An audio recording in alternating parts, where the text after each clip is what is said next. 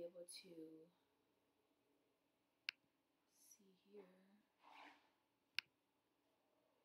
don't know if it's going or not. I have no idea what's going on right now.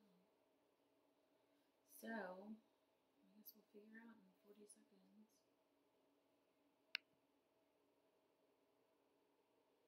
Come on, what's going on? This is so confusing to me, this whole like live stream thing. Why do you look like you have to poop? For me? I'm just looking like, I'm looking at this screen over here. You got this screen with me on over here. Yeah, don't worry about that. And I'm watching like, what's going to happen if I should start it? It probably is. We're just It like, probably retards. is, but I don't know. Let's see. 5, 4, 3, 2, 1. Let's see if it goes, or if I have to actually start a live stream. I don't know. What? Nope. Okay. So let's no, it says live in 29. It's live now. Yeah, but it's not. Sippin On Sunday. Okay. So Are we on? I don't know. Who knows? Hey, look at that. That's way better. So let's change That's our. a way serious delay. Holy I shit. know. Let's I took a drink a while ago. This isn't our first live stream. This is our 5 reasons why we homestead.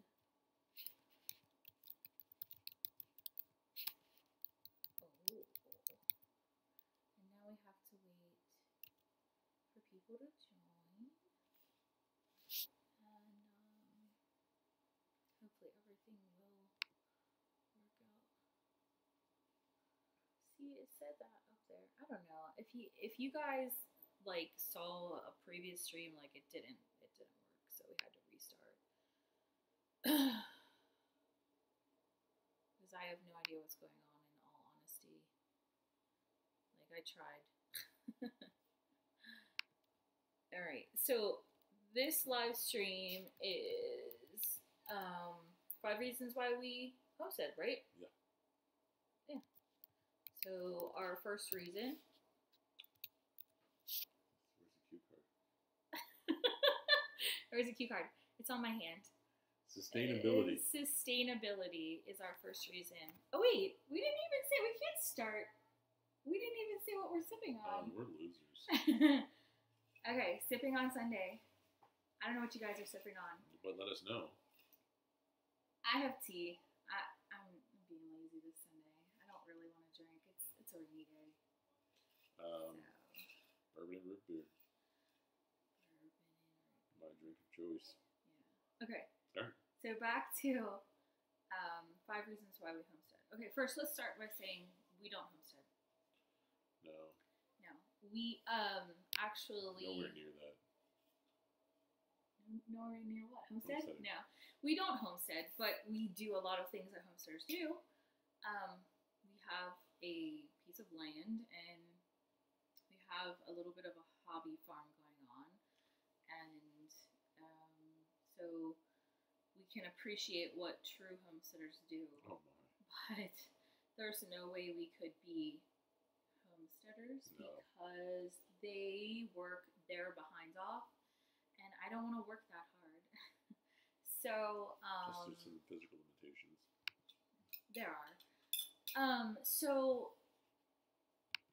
The first reason why we do what we do, which is our little hobby farm, is self-sustainability. We want to be able to have our own resources for the future, in all honesty. Like, we want to be able to renew everything that we have here. So if we breed our livestock, we have the next generation of livestock, we can sell it, we can utilize it. If we have plants, we can gather seeds. That's why we're always looking for free plants. And right. I never turn on a plant, even Never. if it's just a silly plant. Like, our neighbor next door gave us the prickly pear cactus. Yeah. And I was actually reading online, like, I knew nothing about prickly pear. You can eat the fruit off of it, and you can actually eat the little pads, like branches out, the little pads, and you can eat those things. Now, how to eat those things. I don't know yet. I haven't learned that. But For the pear, that doesn't sound too appealing. But I mean, I think it would be okay. yeah, I It's guess just you have to cut all fruit, the you perks know? off of it. No, I think the fruit doesn't have. I don't know. Anyway, the whole point is we want to be able to self-sustain ourselves and be able to renew the resources that we have here on our property. Because if, apocalyptic. Which sounds crazy, but something could happen. I mean, just the Right. rise in gas prices, it creates a fluctuation in what people can afford to buy for food. You know what I mean? A raising in property taxes for the year, that's going to affect your whole budget for the whole year. As a family, if you're individual, then you should be good. It still can affect Still smart, an individual. Think about it. If you have no way to, you have no skill, you have no job because the economy has crashed or this or that has happened where there's no any kind of energy other than, maybe your windmills or your solar or something like that, who's going to be the popular guy in town? You. Sometimes it's not good to be the popular guy. I know. So you got to be prepared in other But aspects. I'm just saying, you gotta take care of yourself and you gotta worry about your family and your loved ones. And we were even talking about this stuff with our daughter earlier. She's like, oh, I want to be an interior designer, but I also want to be a veterinarian. Which one should I do? And I say to her, well, as much as I love both of those career choices, being an interior designer may not always be a stable and or secure job, whereas being a veterinarian may be something that's more secure because there may always be some need for livestock or animal health care. And whereas, if the economy crashes, people aren't going to care about what the inside of their homes look like at that moment in time. Anyway. Okay, so, hi, Maddie. Is your dog going to go crazy? Okay, don't let her go insane and pull my computer down. No, it's crazy. Yeah, she's... So, Maddie, maybe not bring her out right now. So... we have the raging Cajun dog in the background. Anyway, our number 2 reason is pure enjoyment. I genuinely enjoy being outside and interacting with our livestock that we have. Sounds really strange, but I have a relationship with my chickens. oh, I know you do. You've always had a relationship with all the animals. I get involved. I do whatever it is that is necessary to be done, and I enjoy it too. And there's moments, but you are really all in. Yes, Like, I sit with them. I'll come out to I'll sit with them from anywhere from 10 minutes to an hour sometimes, just to see, You get off in the morning, start it before I do. Off in the adventures. Well, And I come out and to what's going to be the barn, the garage technically, and you're already sitting there in a chair. You got 2 chickens on your lap. You got a rabbit running around. and I'm not just sitting there being like, lolly-dotty. I'm not, doing Having nothing. Full conversations with chickens. Yes, but I'm also evaluating their health. I'm evaluating, are they being lively? Are they eating? Are they drinking? How does their poo look? You know what I mean? You can tell a lot, and this sounds weird, but you can tell a lot from some chicken shit. For real. You can tell if your chicken has a disease or something just by listening to its respiratory system and stuff like that. But you enjoy everything. You got bees recently, so you're definitely enjoying seeing that. They don't know that. Oh. Because you just let the... Spoiler alert. you just let the, secret out of the box. But, I enjoy everything. I like to be outside. I like to garden. The heat gets to me sometimes. I don't really have a lot of strength. Yeah, That's why I have a teenage son. No, Belle. It was, but sometimes I'm part Egyptian. I think I could just hang out in the desert heat. I could sit out there all day and the sun don't bother me. But you, half hour in the direct sunlight, it's detrimental. Yeah. So it is enjoyment. The third reason that we have for, you can't leave her in the bedroom alone. Not okay. Sorry. Our daughter's trying to lock her dog in the bedroom so she can get a minute because her dog is in love with her. The third reason would be education. We want to be able to educate not only ourselves, but to educate our children. And they're learning stuff. this we teach them stuff every day, like how to use the shovel and how to use the rake. I think that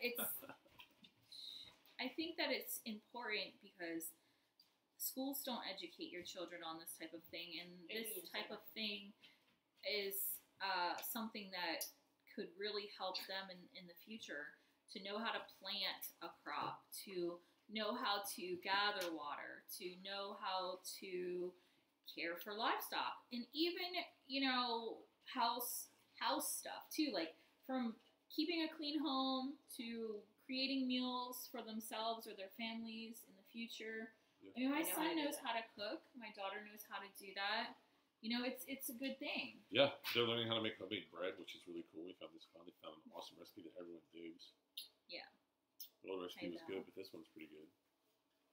But yeah, so enjoyment basically. Well, no, that was education. Oh, education. That was our third reason, was educating, and not just ourselves and our children, though. But me.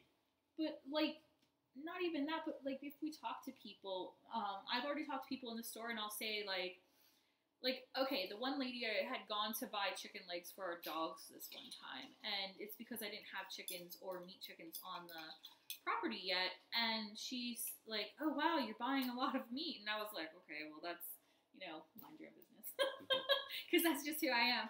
But also, I'm saying to her, I'm like, oh well, it's for my dogs. I feed them raw sometimes. I'd like to do it more often, but she's like, oh, doesn't chicken have like all of these bacterias and stuff in it? And I said, well, she was worried about the bones and all that, and didn't know if they could eat raw bones.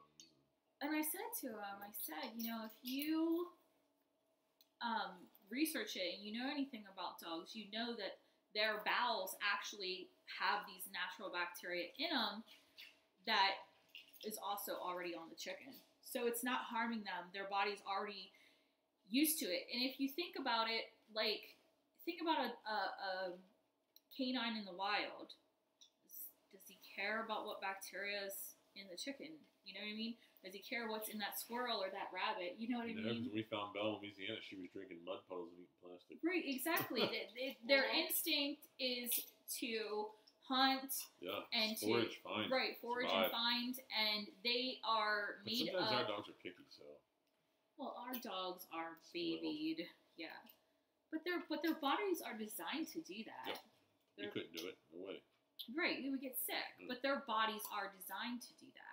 Not our bodies, but we're educating it. My point here is that we're educating other people as well. And that has nothing to do with homesteading. If you think about it, like really, like our dogs eating raw has nothing to do with homesteading, but it comes back to self-sustainability. I can feed my dogs by the wealth of knowledge that I have.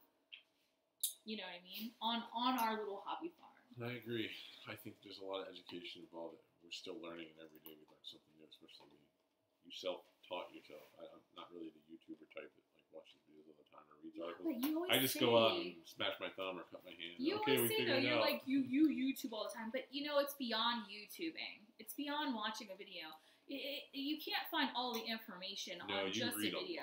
I read article after article after article, and then if I find an article that's contradictory to the one I just read, I'll keep looking into it until I see which one of those articles is like has the popular like consensus of like the whole idea of whatever it is that I'm looking into. You know what I mean? Because I want to know, which one is more correct or looked upon in a better way, or trial and error. Right.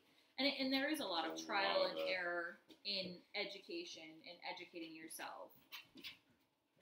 There is a rogue fly, by the way, in case you guys see me going like this. We live next to a horse, and it's already started this year. Harley's a great horse, but man, the flies every year are so bad. I wish I should have killed him, but the not the horse. The fly, the fly, not Harley. Not Harley was safe. We love Harley. I should have killed the fly before we started this video, but I couldn't. I'm not good at it. The horse next door, and Mom said I should have killed him. That's not what I meant, guys. Okay, our number 4 reason is the utilization of the land. that we have and that we own. Yeah, like I said earlier, not everyone is given an opportunity. We were given an opportunity to get a little piece of land, so we jumped on it. We snatched it up, and it's ours. And however many times we've gotten angry with it and frustrated, we still do every time we go out there and try to clean up someone else's mistakes from the last 100 years. Okay? Mm-hmm. So mistakes as in, pretty sure a lot of homesteaders maybe have come across it. Maybe we're the only ones. I don't know. But where we live, we're trying really hard. We're going to push ourselves to fight this garbage burner out here because people burn their garbage religiously. And we would rather see people recycle, and they push the effort of recycling around here. But there's so many, on 3 acres of land that we have, there's so many separate burn piles that we have found that are somebody else's from years past that are buried under the earth when we go to move something or dig something or move dead wood or something like that off our property to clean it up to make it look nice. We find this massive pile of garbage. And they glass, plastics, metal, rocks. I mean, we clean up piles of it. And that's like getting back to the subject that our number 4 is the land utilization. Yeah, we're trying to utilize every square inch that we have. They didn't utilize the land in a way that would benefit them. I mean, what's the point of putting piles of garbage all over the land that you pay taxes for, the land that you're supposed to love, the land that's an asset to your family? It makes absolutely no sense at all whatsoever. If you guys could see a picture of what the property looked like when we bought it to what it looks like now, you'd be pretty amazed. We're pretty amazed. Yeah. It's been 3 years this December. We really opened up the property with taking down some trees, which, again, we will utilize for firewood. Gosh. We have so much firewood you don't even understand. What do we have, like 15 cords right now? Oh my gosh. It's so much. And as much as I hate cutting down any kind of timber. Self-sustaining, we're going back to operate off of wood stove, you know? Right. I think that it is important to be able to have heat sources that are reliable. If for some reason there's no more oil in the world, or there's no more propane in the world, or there's no more this or that, and eventually trees as resources would run out as well if we didn't plant again. But I do plan on planting quite a few trees on the property. You know, maple, oak, things also that can help us throughout the years as well, like maple syrup or sassafras trees. I mean, I know that sassafras is not that great, but you can make it. What you got to understand about the tree thing too, and utilizing the land is what we're saying here. In my opinion, when we utilize the land, is we cut the trees down that were necessary to cut down. A majority of them were dying or diseased. Okay, some of them were not, and we get that, but we're surrounded by. We're dead center of a private road, which is connected to our property, and another road through town here. And the whole way around the front of our property, the front of our property is pretty big, our front yard is. It was lined the road and the edge of the property with these trees, and they were all touching power lines. Yeah. And they were electrified. One of them caught fire. Well, the guy that was cutting them, he got zapped. I felt so awful for him. But he was used to dealing with that type of thing. He got some good feedback that day. Yeah. But, you know, you're taking down the trees because, and we're going to be utilizing the land where the trees were. We're not just going to let there be a stump there. When you drive by people's properties all around this town, you notice that people will cut a tree down and just, whatever, mow around it, weed whack it, whatever, and never think to themselves, let me just get rid of the stump since I've already taken the tree down. I'm utilizing the wood for firewood or for you know, cut lumber, or whatever I'm using it for. Right. Because I want to get a chainsaw mill in the future, near future. But, you know, and then you get rid of the stump, and you put a garden in. You put some flower beds in. It helps make the town look nice, your property look nice, and it's utilizing everything you can do. Utilization includes the beautification of your property in the process. I don't think that when I drive past things in the country, like a farm, or a person's house that has a large garden, I don't think that is ugly or disgusting. I think it's absolutely beautiful to see people using their land in a way that's beneficial to them, and it's just, to me, it's just awesome. Like, when I see it, I'm like, oh my gosh, and sometimes I even get envious. Like, I think about, like, 5-10 years from now, what it's going to look like. I see what our property looks like now and how much work we've done to it, and realizing that we have to utilize this. We were given this opportunity. We need to take advantage of it, not only for us, for this town that we decided to move to, and, you know, in general, it's clean, it's neat now. And imagine what it's going to look like when we just keep pushing ourselves. Right. Because we were given the opportunity, and you should, like we said, utilize. There's people out there that I'm amazed. I've seen some videos you showed me. It was someone you follow has like a 1 acre homestead. Yeah. And it's amazing. Yeah. And they have it on point. It's spot on. Everything is being used for specifics. Which one are you speaking of? I have no idea. Do you know? Nope. Like, what do they have on their homestead? backyard? Everyone else around them is normal. Mm-hmm. All the houses around them. Mm-hmm. They did that aerial shot, and you look down, and it's like this whole. Wait, the people with the pond? Yeah. Okay, that channel is called Weed 'em and Reap, and I watch them religiously because the ones with the beautiful pond. I really love their natural pond, and I really think it's a great way. But there goes some people that are utilizing what they have. That's a perfect example. Right, exactly. We're nowhere near that example. We're trying, but I can appreciate what they're doing, is what I'm saying, and I think if you are watching this, that you should go check them out because they're a really fun channel to watch too.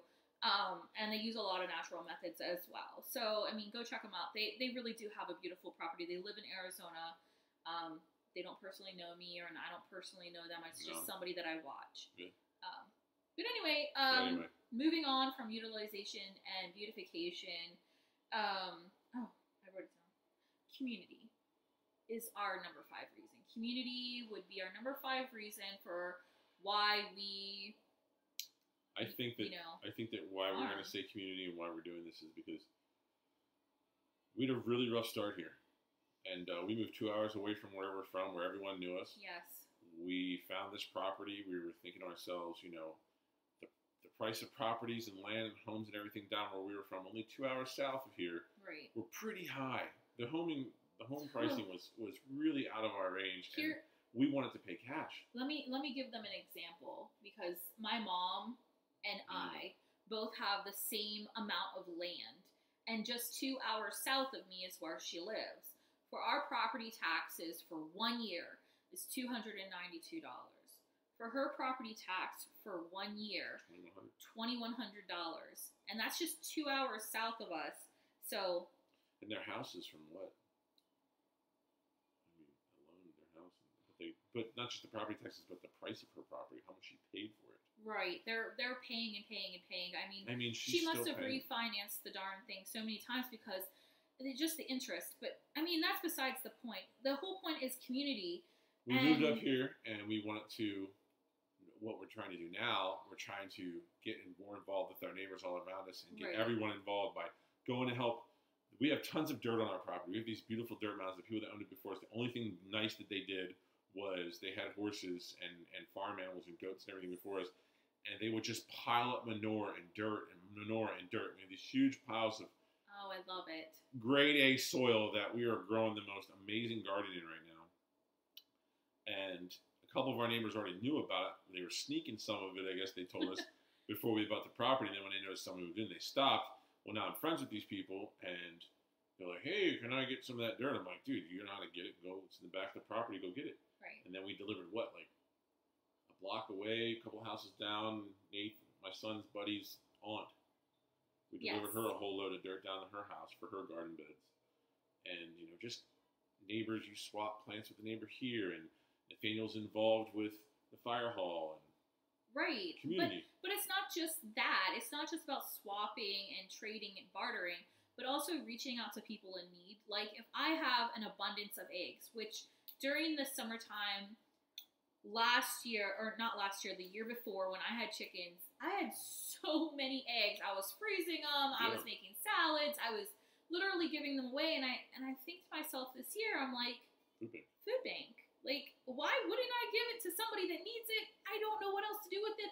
It's like coming out of my eyeballs. Like, so, we give that away kind all of kinds community of tomatoes and lettuce, whatever we have in the garden. Right. We can't use it, and we have an abundance of it, then and our family's thinning out. I mean, pretty soon it's just going to be me and you. And it also goes back to, like, family, too. Like,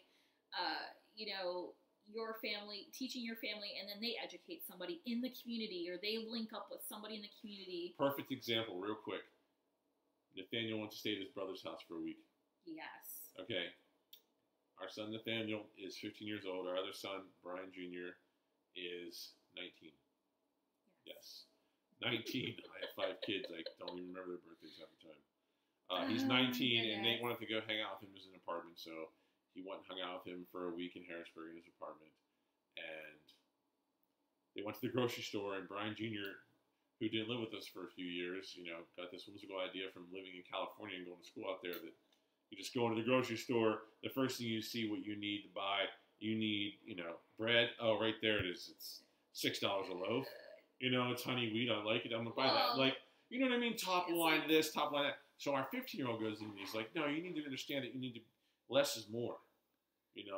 Like teaching our son that less is more. And he took that and threw it into a grocery store status and was like, here, this loaf of bread is only 88 cents.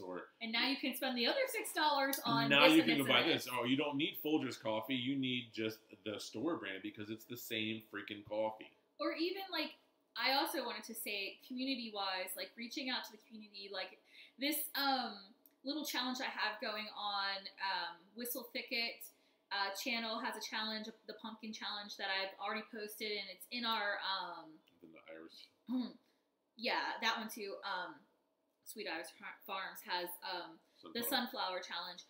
But what I'm trying to get at here is that it's the challenge that we started, but I don't necessarily need a ton of jack-o'-lanterns or something. So I might invite, if this works out for us, and we get a bunch of jack-o'-lanterns. There's not a lot of children in our community, but the children that are here, I would love to just give them jack-o'-lanterns. Put a sign up that says Saturday, free pumpkins, bring your kids. Do you know how much a jack-o'-lantern is at the store? There's a lot of poverty around, not necessarily in our community, but in the outskirts of our community towards the city. There's some in our community, but it's not a lot. Our community is really old people, really quiet. Right. But yeah, the outlining is very rural, very country, very, very, don't got nothing. Kids run around barefoot all summer long around here.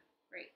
So I just want to, like, reach out to them and just say, hey, why go spend $5? $8 sometimes. $10 twice. I mean, the only grocery store in town. I encourage you to purchase your stuff from small businesses, farms, etc. But I'm not going to go to Weiss Markets, Giant, Martin's Foods, Lion, whatever it is that you go to. You know what I mean? I don't even remember the ones that are in the South. They're weird names.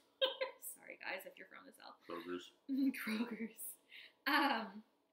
But why am I going to go there or encourage you to go there when you can get an organic pumpkin from my farm for free and give it to your community members and they can enjoy something that didn't cost them anything and you can make a new relationship with that person. You know what I mean? Why not? Why not invite them over for that type of thing? I think it's a great way to reach out, and I think it's a great reason to want to homestead, to want to farm, to want to be self-sustainable, etc., etc. Just in general. And I apologize, everybody, because I talk with my hands sometimes, so I know my hands have been flailing the whole time. Just be, like you said, be a part of the community. Do your best to do whatever you can do while you're here doing it. Yeah. While you're still here, while your heart's still beating, keep pushing yourself. Morning Good People says hi. Hello. We're actually getting ready to finish up, guys. I'm so sorry you couldn't have joined us Less than a minute. We like to try to go here for about half an hour just because we don't want to bore you too much. But we're very quickly just going to wrap this up. We just want to say thank you very much for joining on our channel. We hope to see more people join in.